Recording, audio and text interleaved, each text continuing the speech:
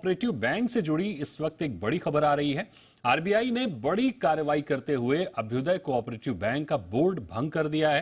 पूरी खबर बताने के लिए हमारे साथ मौजूद हैं ब्रजेश कुमार, हमारे वरिष्ठ सहयोगी। ब्रजेश जी, बताइए क्या कारण रहे बोर्ड भंग करने के और क्या है पूरी अपडेट, वो बताइए। बिल्कुल, रिजर्व बैंक ने आज एक प्रेस रिलीज जारी कर ये बताया कि अभ्युदय कोऑपरेटिव बैंक जो है उसके बोर्ड को 12 महीने के लिए भंग कर दिया गया है और उसके बदले में रिजर्व बैंक ने एक एडमिनिस्ट्रेटर को यानी प्रशासक को नियुक्त कर दिया है।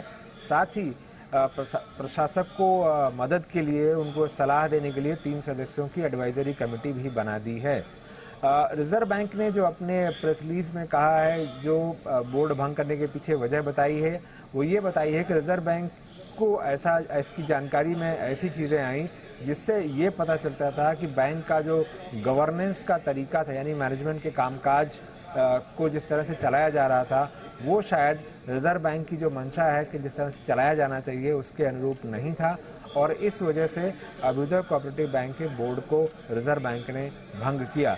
लेकिन अहम बात जो है वो ये है कि इससे जो ग्राहक हैं बैंक के, उनके ऊपर किसी भी तरह का कोई असर नहीं पड़ेगा, उनके ऊपर किसी भी तरह की कोई पाबंदी नहीं होगी। साथ ही बैंक के जो कामकाज यानी बैंक का जो बिजनेस है उस पर भी रिजर्व बैंक ने किसी भी तरह की कोई पाबंदी नहीं लगाई है। तो ये समझना बहुत अहम है, जान लेना बहुत ज़रूरी है कि ग्राहकों पर किसी भी तरह का कोई असर जो है रिजर्व बैंक के इस कदम से नहीं पड़ेगा। ग्राहक मतलब आप इससे प्रभावित नहीं होंगे रिजर्व बैंक के कदम से, और बैंक का जो बिजनेस चलाने का बिजनेस के जो तरीके हैं, यानी जो लोन बांटना है या बाकी जो कुछ भी काम करना है, उसके बैंक के कामकाज पर कोई असर नहीं पड़ेगा।